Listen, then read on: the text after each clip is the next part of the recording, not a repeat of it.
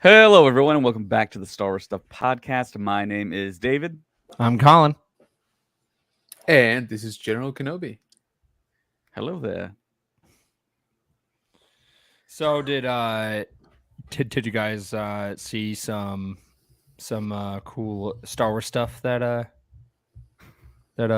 just kind of got released today into the wild, no warning? Kind of finally got released, you mean? After Yeah. like week and a half of postponing. Yeah, It was such a surprise. Yeah. And for those who don't know what we're talking about the new Ahsoka trailer that just dropped. We have the new show Ahsoka coming out in 43 days. How cool is that? I am so pumped. That trailer was amazing. I'm surprised how much we got. And then also, I'm very happy that there was some celebration footage in that trailer, which I didn't think that the public would see like ever. So I'm very, very excited about that. But yeah, no, I am so excited for the show, and thank you for commenting on the walls. Appreciate it. Yeah, they look awesome. Thank you. So yeah, before we get started, of course, we want to thank our awesome patrons. If you go to patreon.com and look up Star Wars Stuff, you can find us. You can help support the show. We have some awesome contributors. I want to recognize them right now. We have on the purple tier, Chris Simpson, Kevin Leininger, Devin McCaffrey, Drew Peters, Sean Greathouse, Zach Detzel, and Mariana Atia Arnold. On the red tier, we have Fenrir526, Maya Morris, and on the black tier, we have Maga Tautala, who's in the chat right now, Nathan Shank, Evan Opaker, Liam McCallion, and of course, Texas Vader 76. Thank you so much for all of your contributions, your likes, your subscribes, your love. Thank you so much. And without further ado, let's talk about the trailer. So I'm going to play the trailer here in segments and probably just screenshots because I'll probably rip us off of YouTube if we do a little bit too much. So without further ado, let's run through it here. And I'm uploading it right now. So the first shot we see is of kind of the classic looking shuttle type. I don't know if you guys are aware what specific shuttle that is. It's not a Tidarian. No. It's almost like a mix between what we saw in Rogue One and Return of the Jedi. That looks more of the ship that we see in Revenge of the Sith. There is a shuttle that Emperor Palpatine uses to go and pick up Anakin off of Mustafar. It looks very similar to that. I haven't seen the front yet officially. I think there's another shot where we do see the front, but from the back, it looks like that shuttle. Yeah, I agree. It's the one with like the more like dome-shaped canopy, right? In front. Yeah, that's what I was thinking as well. And the shuttle it's approaching. Do we know? It feels familiar to me. Did we see that in The Last Jedi? Of the so we've seen that ship in Rebels 100%, and I believe we've seen it in Squadrons.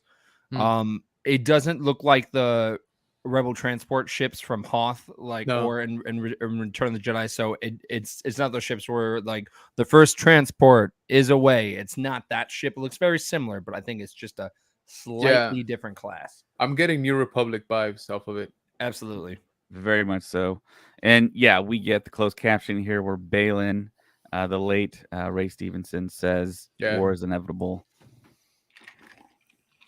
And we jump, I believe, right up onto that ship, and we see the new character that what's the name, Colin?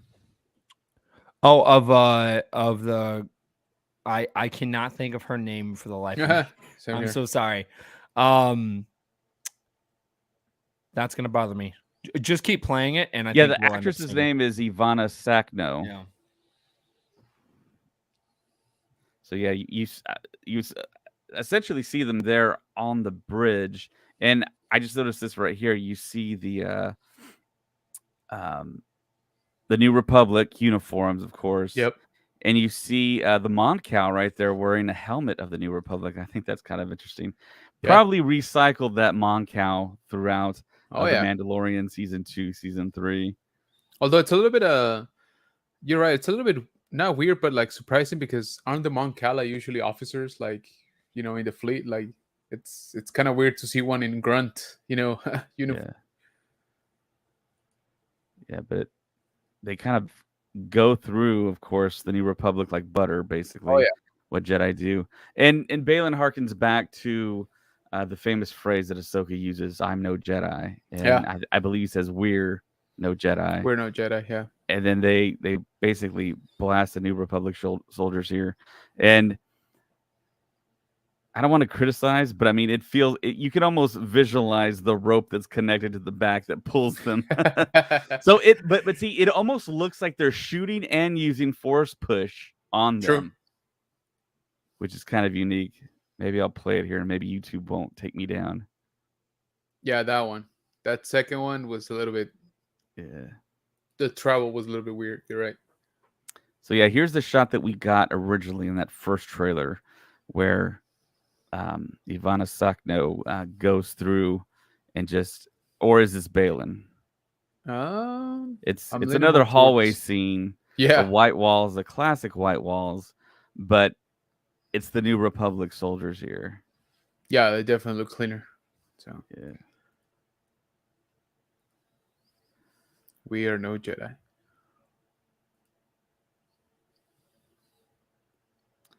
So yeah, the brutality here is clearly on display. Just slicing through people, which I think at the beginning of like the Disney purchase of Star Wars, feels like they kind of avoided that in a way. Yeah. But we get this in the trailer, a lightsaber going right through a guy's chest. Yeah, so I'm hoping that means we got plenty of those throughout the season. Yeah. They're not gonna shy away from it. I mean, you remember the first Jedi Survivor game? Like that was one of the bigger criticisms of the graphics, right? That the slashes were just not translating into the human characters, and they had to address that later on. But so, what do you make of the red logo? Yeah, so I thought about that too when I was looking at it. I'm like, why red, right? Like, why is it like are we supposed to allude to the Night Sisters? Like, is this I was trying to think about like maybe Thrawn's eyes for some reason. Like, I don't know. Like, those were the only few things that I could think of with this particular like red. Because first of all, Balin's lightsaber is not red. We know that, right? It's more of an orange thing. So yes, that doesn't match this logo. So and I gotta give props to Colin here because we were in London. We watched that first trailer. Yeah. He turned to me and he goes, "Those lightsabers are orange." I was like, "No, they're not."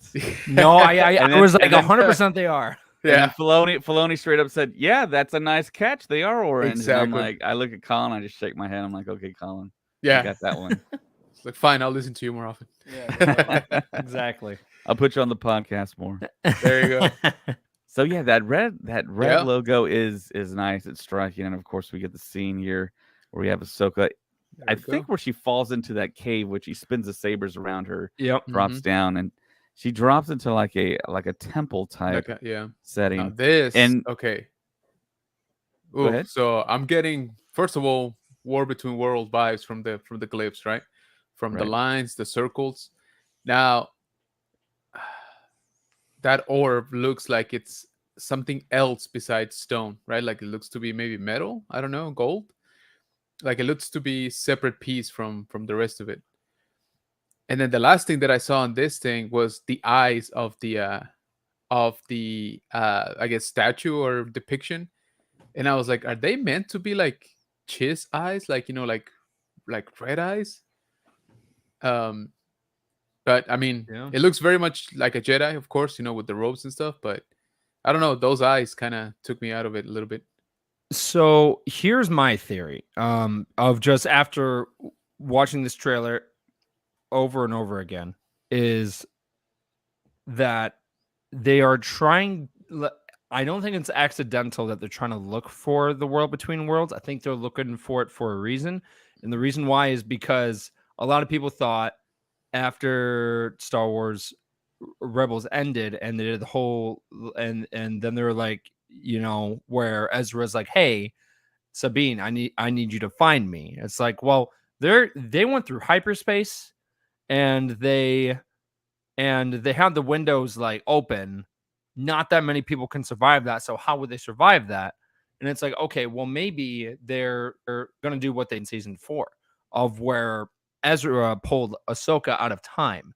They're trying to refine the world between worlds, because Sabine and Ahsoka's goal is to do the exact same thing and pull Ezra out of that moment of uh of of right before him and Thrawn go into hyperspace. And my guess is that's what the other side is trying to do. Um Yeah, I was that just gonna say. yeah, I'm saying that makes the most sense to me. So to me, it's kind of got like that Indiana Jones type vibe of where you've got two sides that are trying to race to get to the artifact, and that would be the world between worlds, and it's trying to pull like Ezra out of time, and then maybe somehow Thrawn, like gets through as well. Right. But yeah, that is my theory of what's going to happen in the show. That makes the most sense to me. Yep. I mean, we got a few scenes here coming up later on in the trailer that fit right into that theory. I think for the bad guys, right? For the bad guy side, I Yeah. guess. So does this character look like a Togruta to you? I don't think so. I guess if we could see the top of that hood, right? If we could see Yeah. like the what do you call it, like the protrusions, right? Then Right. I would say maybe yes, but I don't know. It's tough because she's heavily covered, right? Like all her head is like wrapped. So Right. So yeah, here's the classic shot of the back of Thrawn's head walking yeah, on the bridge on some ship. here we And go. then we get this kind of like Stonehenge monument, almost seen stone Tython place where Yep. we see the two dark side characters walking out of their ship. And I don't think anyone's really addressed their ship that much, but that's an Yeah. interesting kind of style there. It looks like the shuttle Tidarian a little bit with the wings up at the top, but then you have a bubble cockpit The Yeah. we yeah, have on the Falcon and the Ghost. right. Yeah, I was But gonna say that cockpit yeah, definitely so looks like a so Falcon. yeah, essentially they're gonna come here, and it looked like they're gonna meet Morgan Elsbeth, Yep. and we're really gonna see some money on the screen. It looks like they spared Oh yeah. no expense for these effects, and they talk Yeah. about a power such as that you've never dreamed. Now, does that make any sense for what we know up to this point in live action animated canon that Thrawn possesses power, or is it maybe something else he's referencing? I think to me, they're preferencing like the world between worlds. Like to me, that Okay. would be the ultimate power. Because think about it, during Rebels, uh, Palpatine was trying to access it, so then he could go through the timeline and just change events, like in the timeline, so he could be even more powerful, or Yeah. he could take over different, time streams. Again, we don't know exactly how the time travel thing works yet. But we know it's going to play it looks like it's going to play a large role in the show.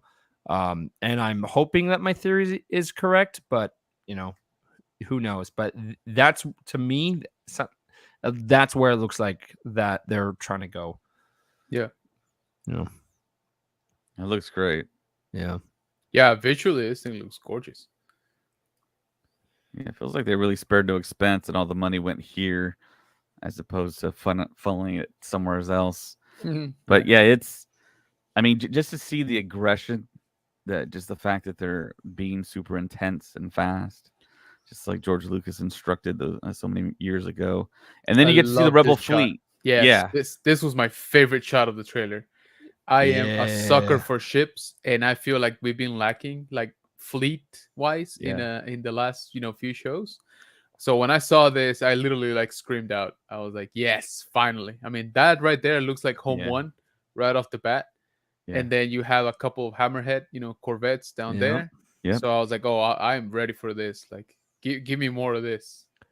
Maybe a medical frigate at the top Yeah. there. Looks like Nebula. And we don't know what planet that is. I mean, Correct. it could be Coruscant where it's really cloudy, but I doubt it. But that would make sense because that's where the New Republic is currently stationed at. Yeah. During Well, the it could be too. Hosnia also, right? Like on the Hosnian system. I think So- it is Hosnian possibly Mm-hmm. because I think it's going to play a Now, role. yeah, actually. it won't be the New Republic capital right now, right? But Right. it was already pretty important. If my timeline is correct, it was already very important to the They- New Republic. Correct, because of right now they are in the process of choosing a new capital for the New Republic, because some people in the New Republic wanted it to stay in Coruscant, but others Yeah. wanted it to move to this planet. And the other thing right now, which I really hope that we see, because we know this is an aftermath and everything, is I want to see the bounty hunter Embo actually serve Mon Yeah. Mothma. I want to see him live action. He's one of my favorite bounty hunters. He's got the coolest hat Yes. because of he's like, the alien version of Captain America. Like he throws Yes, that that's what I thing, was he gonna catches say. it, puts it Yep. on. Let's go. I want to see that live action. I don't know if we'll see him actually like do anything crazy, but I would love to see him just even having a cameo. But that would definitely make sense that this would be Prime. Yep. Yeah.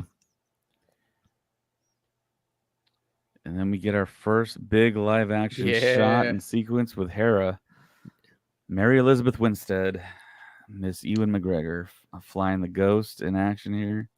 I play a little bit of it, and yeah, just to see this imagery, and of course, you get to see one of our favorite droids of all time, Chopper, Oh yeah. in the back, We saying should all talk kinds ab- of. Yeah. we should talk about the ship that she's chasing right now, because Okay. that looks very, I mean, like we have no idea of what that circle part is at all, and we've never seen that class of ship before either. As far as I know, I mean, it does look similar to the cargo transport ship that we see in Solo, where like they try and hijack the train. Like I kind of see that similarity, but the circle thing, no idea what that is. Could it be some type of communication dish? Yeah. For a ship or something that they're stealing, and then maybe this is like a side mission, and then like they call up Hera and they're like, Hera, hey, we need you, something big is going on. Right. It actually reminds me a little bit of those. I mean, it's a lot bigger here, but it reminds me of those shield generators. Remember the ones they stole from in Rebels? Yeah. That circular design remind me a little bit of it. Again, this might be for like a cruiser, right, level of a shield or something like that. But yeah, you're right. I'm getting side quest, from Hera from these shots. Nice. Yeah, it's great to see Chopper. Oh, in yeah. live action. Looks good. So many war crimes that we're going to see in live action. You And of guys course get he's- ready. And of course, he's voiced by Dave Filoni. Whoa, whoa, whoa, whoa, whoa, whoa. Yep. And here, this lineup of New Republic higher ups. You see, of course, Yep. we have Mon Mothma in the middle, and to the right, I think we're thinking this is the father to the main character in Star Wars Resistance. So I Yeah. believe that was confirmed, actually, that Okay. it was him. Nice. And that does make sense because he's not as old as he is, like, in the Resistance show, but Yeah. he's probably not even born yet either of the main character. But it definitely makes sense, and I love how they're doing the tie-ins because that show didn't really do well. I thought the first season was, it made sense because it was mainly a kids show, but Yeah. then they turned it, and then the second season it definitely got darker. It got more, it grew up a lot, and then that last shot of them in the show kind of, I mean, it's kind of a low key spoiler. It doesn't spoil the films or anything, but they were getting ready to refuel the ship over on Batu at Black Spire Outpost. Yeah. And then we just never saw it. They never talked about it again. And I was like, Yeah. wanted to see it. Like I don't care. I just want to see it on screen. I want to see Black Spiral Outpost on screen. That would be so cool. Just do it. Just Yeah, totally missed opportunity, like you said. do it. You could have tied in, to a lot of stuff, right, going on. I mean, they were making the big push for Galaxy's Edge, all of that stuff, so it Yeah. just made sense. Mhm. Yeah, and Hera's on the bridge here trying to convince him to prevent another war, which is interesting. And you get a up close shot. There's another Mon Cal in the back there. And what do you guys think of Hera's look as, or Mary Elizabeth's look as Hera? Um. Is it So growing on you? I I love the actress. It's just to me when they choose and again sometimes it works, sometimes it doesn't. But I think Vanessa Marshall would have killed it as live action Hera. That's my opinion. I think she would have crushed it. And as her voice is iconic for Hera, it's Yeah. just like with Ashley Eckstein. Don't get me wrong, Rosario Dawson is fantastic, but their voices are so iconic for the characters. So it definitely throws me off of hearing her voice and not Vanessa's. But probably after a couple episodes, I'll be like, all right, I'm in, I'm good. And I know they have to do that for that they have to do that sometimes. Um, just because they would like to draw more people in and stuff like that. But then you have cases like where Katie Sackhoff does the animated version and then the live action version. Yeah. And she does a great job.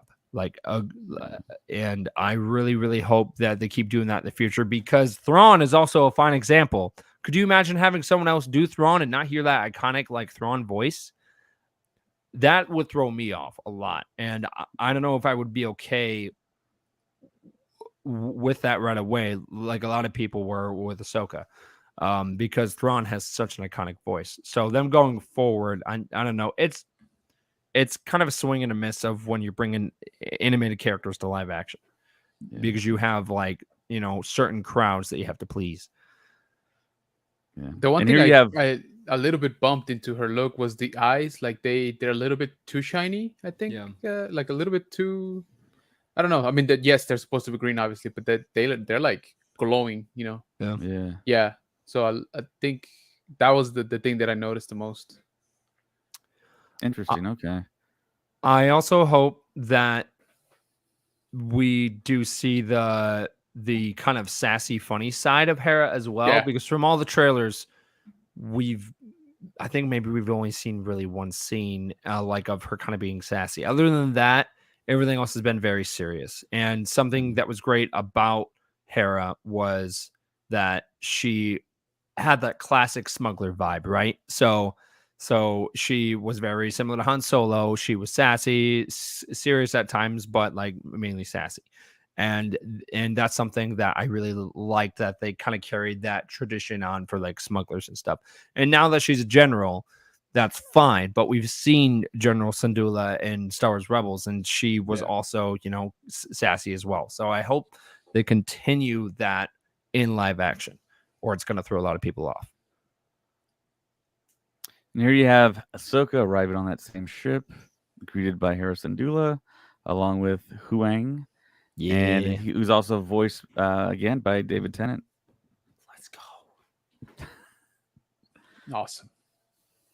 And yeah, you see a New Republic guard there, along with Yeah, it still got the what was his name? General Nadine.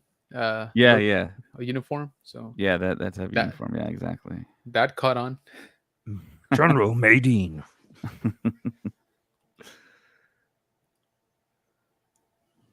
So yeah, there's Hera trying to explain to Ahsoka, you need to help us. And then reminds Ahsoka that there's someone out there that can help. And these shots of Lothal look awesome in live action. Just so good. Tremendous. It transferred over well. And of course, you see the back of Sabine there at the bottom with the long hair. It shows the passage of time. And yeah. So I think the rumors might be false, potentially. Like because we remember how the rumors were it would jump back and forth of where it would be like would be present time Mandalorian, like of that time period, and then it would jump like directly of where we left off of the epilogue. From what we got from this trailer, it looks like, you know, that all of what we got from the epilogue of Rebels is going to line up directly with this entire show. So I don't think there's going to be any time jumps. Is the thing I'm trying to say. And before they were saying that there was going to be time jumps. Yeah, I'm sure we'll get a flashback here and there, but Yeah. yeah, I don't know how much of the actual time travel or time glimpsing, you know, Yeah. from the War Between Worlds we will actually get this season. I'm sure we're gonna get a tease here and there, but I don't know that we will get, you know, full on chase within the portals, you know, like we did in Rebels. Not yet, anyway.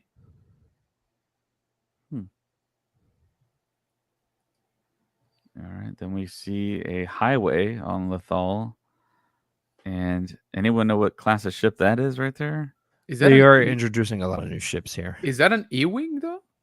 I don't think so. I don't know. The wingspan kind of looks. I don't know. And That'd be this really interesting if it awesome is. shot right Yeah. here of Sabine riding her speeder. And if you love look the at the helmet. Arabesh right there, if you translate it, it says babe. Oh.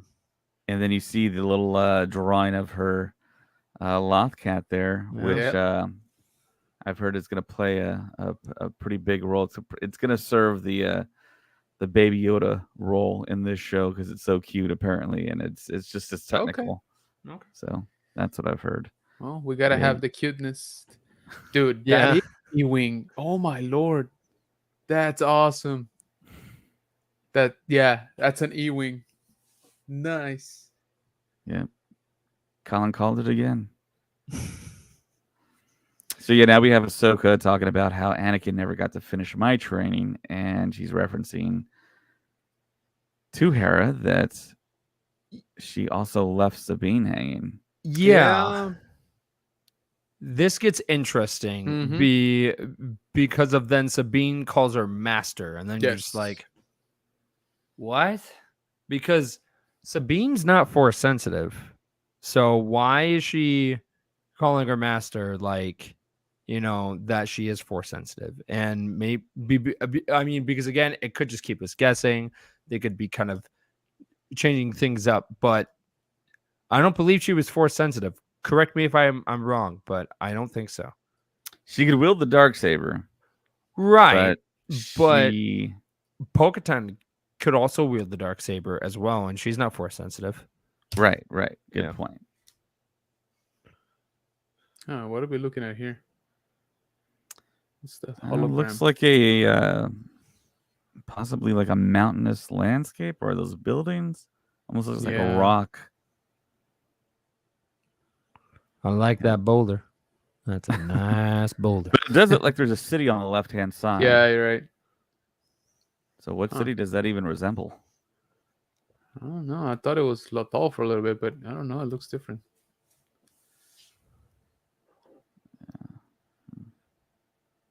Maybe a side of Tatooine we've never seen before. It's got markers on it too. Yeah. That is true. Those red markers at the top. So yeah, we get more speeder action with Sabine on it. And she goes under a ship.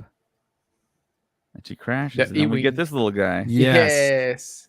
That is like the classic Yeah. Kenner R2D2 look, and I love that they did it. And I mean, I wasn't there when Hunter watched it, when our new co-host Hunter Smoke watched it, but I guarantee you he jumped off of off of the chair, and then he just started doing sketches of his next project because he has droid fever right now. So I guarantee you that he's beyond excited for this new droid.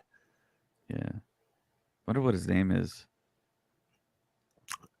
I mean, my guess it would have some type of homage to Kenner. Yeah, that's So- exactly what I was thinking too. Like Yeah. KN something or I don't know. Yeah, yeah. R1D1? I don't know. Yeah. Who knows? So we're back to the hologram map on the With the table. rocks. Master.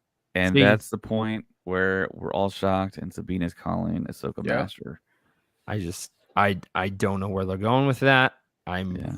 I'm intrigued. I mean, if she ends up being force sensitive, I'm totally fine with that because we haven't seen a force sensitive we like really haven't seen a force sensitive Mandalorian. Mandalorian in a very long time. And I know some people were saying that pre Vizsla was force sensitive, but it was never confirmed that he Yeah. was. Yeah. And also, we haven't talked about how Ahsoka's head tails are longer compared to the previous shows. I think. So the way that they did it in the show, and this was definitely total celebration by Rosario Dawson, is that the headpiece, her Laku, is like, I'm that might be for Twi'lek, but it's fine, it's whatever. So the actual structure underneath is a 3D printed skeleton, and then they ended up putting all of the paint and the silicone and then the latex and everything over it. So that's why it's got more of that natural look and fight scenes, and just from the stuff that we've seen, because it's not animated. That's all real. So that's very, very cool to see that they've jumped from it, because I remember watching that first episode that she debuted in, and it was great. It just threw me off because of her look was like her season 1 Star Wars: The Clone Wars 2008 look when she was like 14, and that threw off a lot of people. So it's definitely cool to see how much they've upgraded and learned from when they first had her come into live action. Nice. Yeah. And then we get our first words from Ezra ever Yeah. in live action, played by what's the guy's name? I think it's Iman Esfandi. Yep. Cool. Yeah.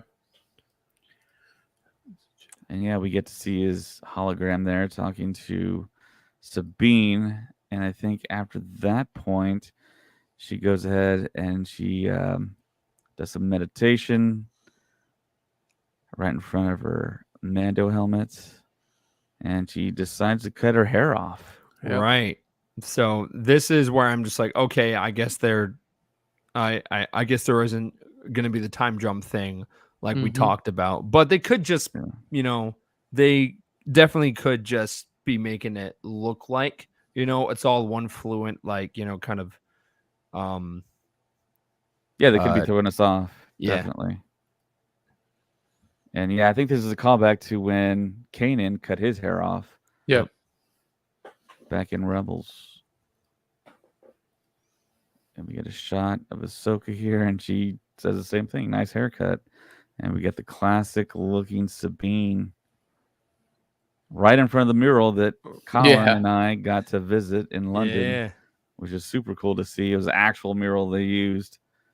Now, this is directly out of the epilogue from Star Wars Rebels in season 4 at the very end. Yeah, it's the same animation style and everything. Yep, they did not have any dialogue in that scene when they actually when it came out. I mean, they had Sabine's voiceover, but they didn't but you didn't see any interaction between Ahsoka and Sabine talking or anything. Like, they just walked on board. So it's gonna be great to go directly from that scene and see where they go. And honestly, it looks like their adventure just gets crazy from this upcoming footage that we see. Yeah. And right here, something's grabbing a handle. And it's either Ahsoka or Sabine about to go in hyperspace. Bam, there they go. And let's see on August 23rd, he saw Purgle. I would like to see the Purgle again. Is there one in here? No. I'm talking about like upcoming. Okay. Yeah. So this shot right here actually looks like her saber blades are shortened a little bit, or is it just the angle? Almost like she adjusted them. I think her Mm, blades are definitely adjusted, but not Yeah. her hilts. yeah. Her like hilts are And so long. she's going up against these HK assassin droids, possibly, or one droid, and then And one one Inquisitor, no? Inquisitor. Yeah. And I think we're all in agreement that this is possibly the eighth brother. That's what it's looking like. And then we see different footage coming up where that maybe he somehow got, he got saved from the world between worlds, and maybe they were Yeah. trying to find Thrawn and they ended up to opening a portal and then he fell through or something. Yeah. That's my guess. Because the whole place exploded, he probably could have survived, but it would also make sense if something like that happened. And this sequence right here with Sabine manning the guns right there, that's just awesome. Visuals look spectacular for this show.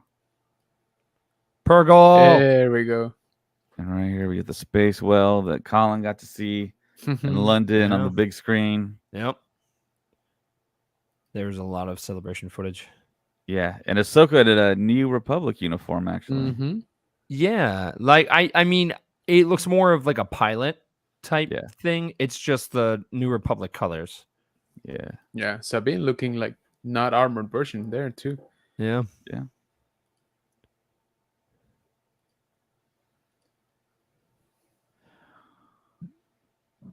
What are these? Could that be the? That potentially could be the. I don't think it could be the E-wing from before, but It it looks does. different. It looks different. That could be the antagonist ship Mm-hmm. that we saw earlier. Yeah, it looks like they're flying through the tails of the space wells, Yep. which is going to be epic to see live action. It's just seeing all this live action is just Yeah. Yeah. it's just gonna be mind blowing. Yeah, she says if we don't stop Thrawn, And there he everything will be in is. There vain. is Nightcrawler himself. That is like a direct this clip right here is directly from Celebration. Like Nice. this is the exact thing that they showed. And then I just remember afterwards that they had the actor come out and we all just freaked out.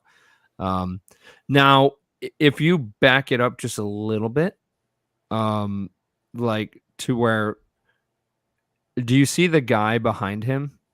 I can't tell what type of armor that is. Oh yeah. But That's that looks like a Hmm. pilot, and almost like the training helmet that Solo wore Yeah. combined. but that's definitely a person back there because I see the eyes and the face, Yeah. like the nose and everything, like the outline of it. So I'm really curious of what armor that is. Almost like a Arc 170 pilot, Oh, okay, yeah. but there's no clone in there, No. probably. So yeah, we get to see Thrawn officially. No leak. This is him, Yep. and this is Lars Mikkelsen playing the role. It's not Elon Musk, so just get that out of your systems now. Like just It's a Mikkelsen brother. yep. Darkness. So Shin. Yeah, Shin. that's her name. Shin. You have no power. So she's talking to Sabine right here in the woods when Sabine lifts her hand up, and it looks like she's trying to use the Force right there. Yep. Yeah. So you think that's just like a trick, or do you think she's actually trying to use the Force? She does have the gauntlets that give her that kind of Jedi advantage, like against Force wielders. That could be it. I mean, I guess we really haven't talked about it, but if she ends up being Force sensitive, how do we feel about that? Because that was never hinted at in Rebels at all. And I think a lot of people were okay with Finn being Force sensitive in the end because there were a lot of hints throughout the trilogy that he was Force sensitive. So it honestly made sense. But having Sabine just be Force sensitive out of the blue, I mean, I'm okay with it, but I want them to make sense of it. Maybe some type of flashback of where like she kind of discovers it. but just giving her like force powers is just kind of like, oh, okay. Yeah, and I mean, she straight up calls Ahsoka master, so Yeah, I know. that's kind of telling right there. And the fact that Ahsoka's not a formal Jedi, but she's training Sabine, that also could mean that, yeah, I mean, she's just training whoever she feels like that she can, and it's not kind of interfering with any type of code or anything because she's not technically a Jedi. I'm not quite sure. I wouldn't have any issues with Sabine being force sensitive. I think they need to kind of flesh out the fact that someone can eventually use the force. They don't have to be born with it. Maybe it's something that can be acquired. I would like if Star Wars established that, actually. I mean, they kind of did in the sequels, because of you've got Finn that actually got his powers near the end, and then you got Rey that sounds like we knew she was force sensitive from the very beginning, but she didn't discover it until she was older. So they've semi established it early on. So the darkness is coming. Anakin spoke highly of you, Balin says. So this, I think, cements the fact that Balin was a Jedi before Order 66, and he's a fallen Jedi now. And he's trying to probably get the upper hand of joining Thrawn and his forces because he thinks Thrawn is, of course, the heir to the Empire. And I don't know if this is like a scenario where he's trying to recruit Ahsoka or if he's just straight up trying to eliminate her. But we've seen that scenario play out in the past. And this is very, very much world between world-ish. But I think we all think that this is that Stonehenge platform that we all saw earlier that Morgan Elsbeth kind of activated. So yeah, we get a nice little duel here. And then we get this shot of probably the hologram that we saw on that table there. Yeah, it looked like a bigger ruins. Though my guess is that it's the temple from the beginning of the trailer that we saw of where like she kind of goes down and then she's looking at that statue. So I think this is not happening in order, but like I think this is the place that we saw from the beginning of the trailer, and then we've seen this place from past trailers as well. Yeah, and here's the Star Wars Mission Impossible sequence. Yeah. But the question is, who blows it up? Yeah. My educated guess is Huang. Yes. And I love that line right there. Once a rebel, always a rebel. Yeah, I can see them putting that on a t-shirt already. Oh, yeah. Putting out the bumper stickers right now. So yeah, we get to see Sabine use her gauntlets. Well, her what's the wire called? What do they call it in Star Wars? That's some type of cable name. Yeah. Yeah. Every Mandalorian has one. And we see Ahsoka dueling. And she shoves a blade right through the chest of that droid. I'm telling you right now, if Luke ends up like showing up like on her journey halfway through, and then they talk to like Ghost Anakin, do you know how wild that's gonna be? Yeah. I'm gonna lose it, man. They need to do that, man. That would be so great. That'd be so terrific. And this last shot here we get of the helicopter blades. Yep. And we hope we see them in flight. Oh yeah. They Or gotta do it now. Maybe I was upset when we didn't get it in Kenobi. There were so many opportunities. Yeah. They just didn't do it. And look at that. That's an awesome shot. The blade, the white blade behind her In head. this trailer, man. There's like I feel like it's every other shot we see Ahsoka turning on her lightsabers. So Zaria Dawson probably went through like a lot of training for this movie, and they also talked about that at the panel at Celebration of where like the whole crew, like the whole cast pretty much went through intense training with a lightsaber except Hera, because Hera was like the only one that really didn't have a lightsaber. But yeah. So yeah, it's an awesome shot right there, blocking the spinning blade. There you go. Then we get the logo that we've had all along with the World Between Worlds kind of baked into it. And we get a date and we get a 2-episode episodes. premiere. That's so cool. Yeah, that's going to be terrific. And hopefully these episodes are Long. a little bit on the longer side, which is what I've kind of heard, but we just don't know yet. So, yep, it's going to be on Disney Plus, and there's a trailer, guys. There is going to be 8 episodes. 8 episodes, yes. Okay. I feel like I'm just going to be on the edge of my seat the entire time, and with Mandalorian, I definitely had that vibe of where like I was excited to see what happened next, but this past season there were a lot of slow episodes here and there, and with Ahsoka, I feel like there's not really going to be any like big side quests or anything. I feel like it's mainly going to be plot driven, and that's going to be so amazing. Yep. Because I think that's what the Mandalorian kind of felt like it missed this season, and with Ahsoka, you know that Dave Filoni was there every step of the way because Ahsoka is his baby, and it just makes sense that they are trying to, kind of build the larger story that's going to happen within the next couple of years, and Mando season 4 and all these other shows coming out. So it's that trailer was hype. I was really surprised with how much footage they shown.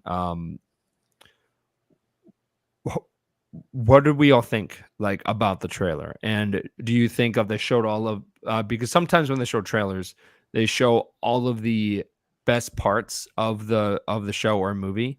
Do you think they did that with this, or do you think that this is just a glimpse and that they didn't show, like all the best parts?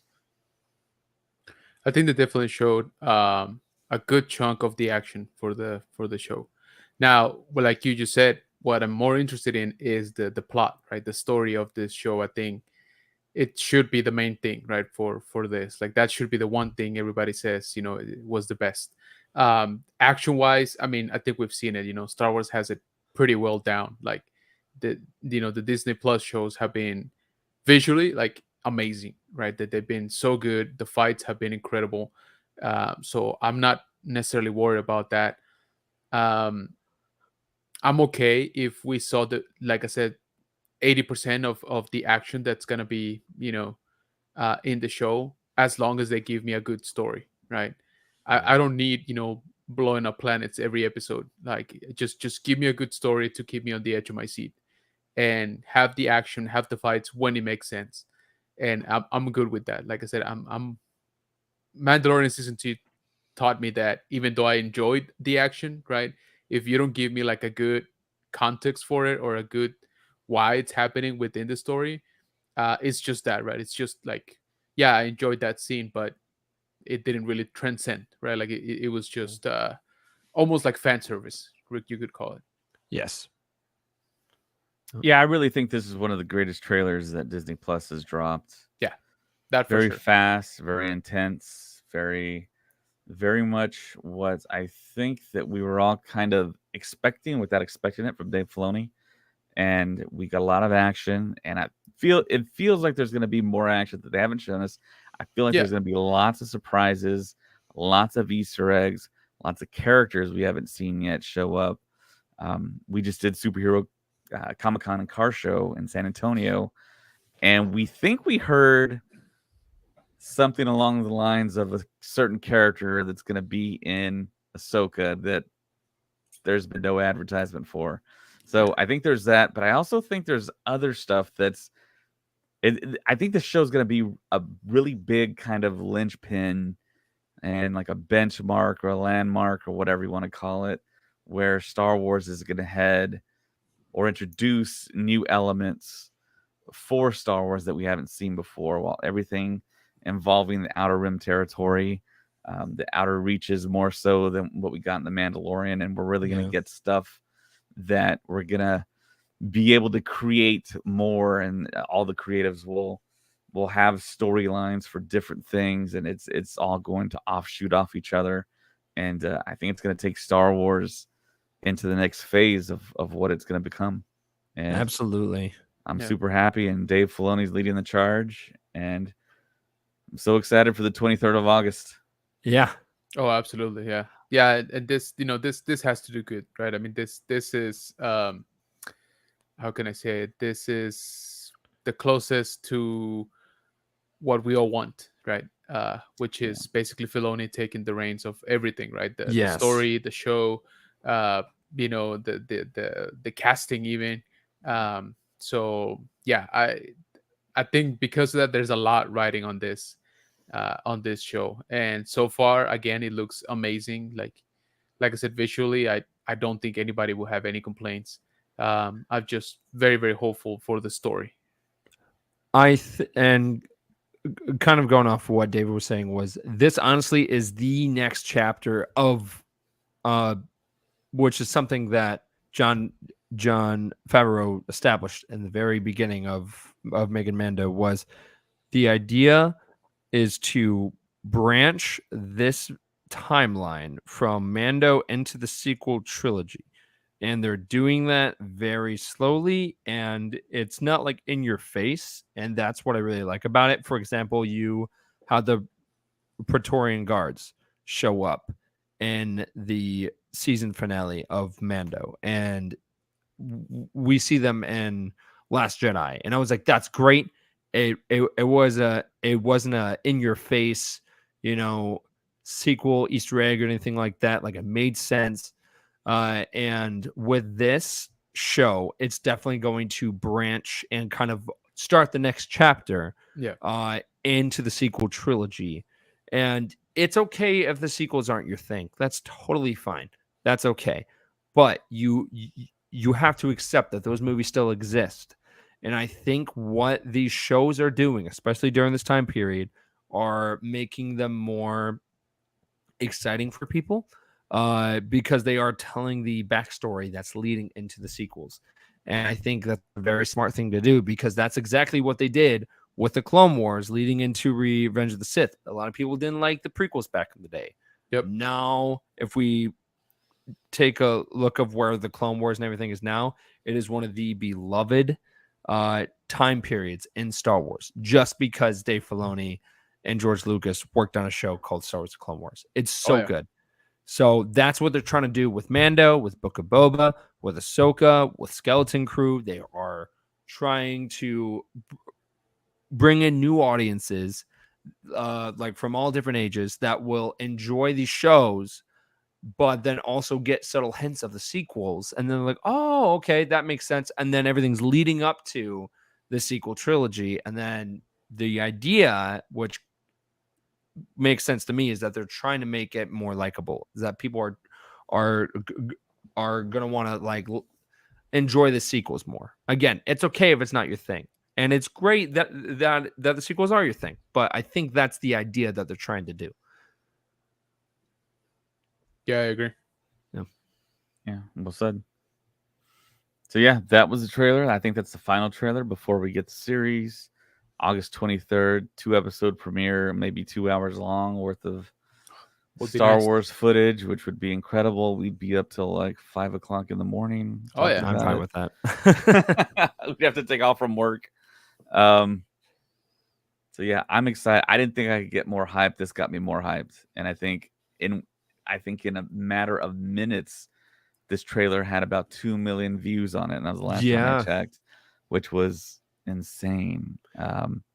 Looking at it right now, you and I were on the phone, and then I got the notification, and then I told you, and then I watched it before you did, and then you watched it, so we kind of heard our reactions.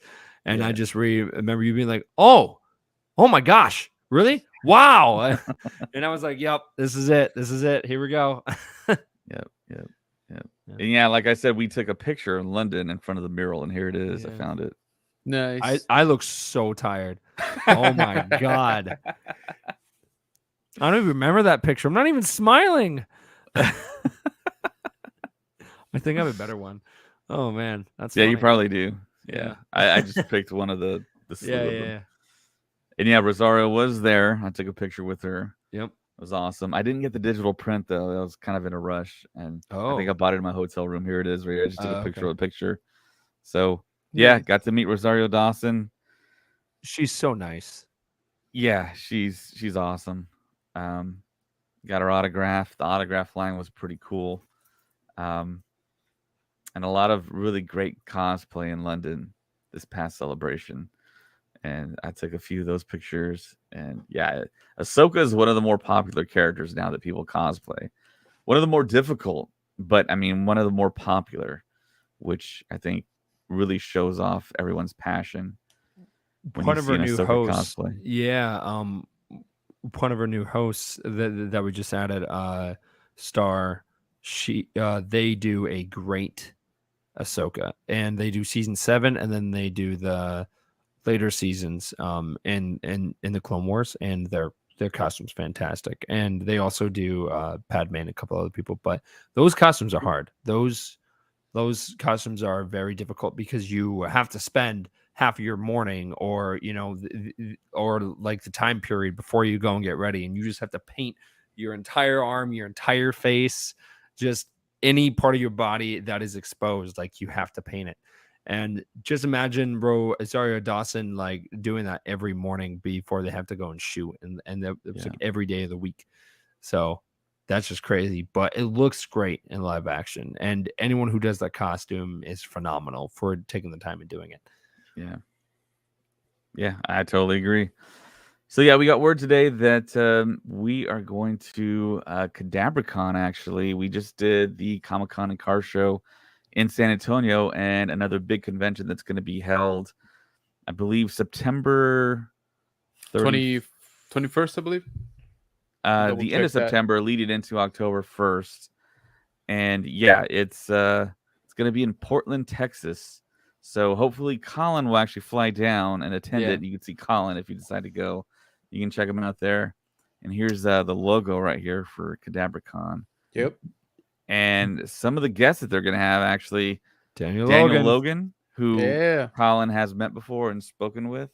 And I've never met him in person, but yeah, hopefully we can secure an interview with him, have him on the podcast. He is very nice. He is very passionate about the franchise and just the character in general. Like he loves Star Wars, and it really shows on screen as well. And anytime that he voices the character, like he puts everything into it. So it will definitely be great to see him again. Yeah. Also, we're gonna have Christine Gailey, who played R2 in that one episode in the Book of Boba Fett when we get to see Luke again training Grogu right before he gets his Nice.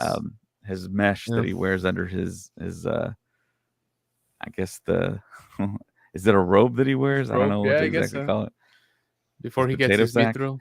Yeah. Yeah, before he gets his mithril. And she also played that character you see. I think we all recognize it. I don't think we're sure which show it was in. Was it I in Book of think Boba that's as well? Mando season 1. That Okay. that like Might be. definitely looks like I'll go with it. season 1 Navarro. Yeah. And also Susanna Malik, who played the Jawa next to Leilani Shu. Yeah. So yeah, she has been there on set for The Mandalorian and Obi-Wan Kenobi, and I bet she has a lot to talk about. So hopefully we get to see them, interview them, meet them, and bring it all to you guys. So Yep. And David, you're right. So the dates are September 29th to October 1st. So that last weekend in September, leading into October, in Portland, Texas. So we are going to be out there in force. The Countdown City Geeks, Star Wars Stuff Podcast, General Kenobi, Legacy of Nerd. The whole army is going to be out there. So come say hi if you're in the area. yeah, definitely. We'll probably have some giveaways too. Oh yeah. I didn't give away everything at the Car Show Comic-Con, so yeah, there's still stuff left over, and we'll probably pick up some new things along the way. So, yep, that is the show. That is the breakdown. So for General Kenobi, Colin, David, may the Force be with you. Always. Always. This is the way. This is the way. Roll the credits.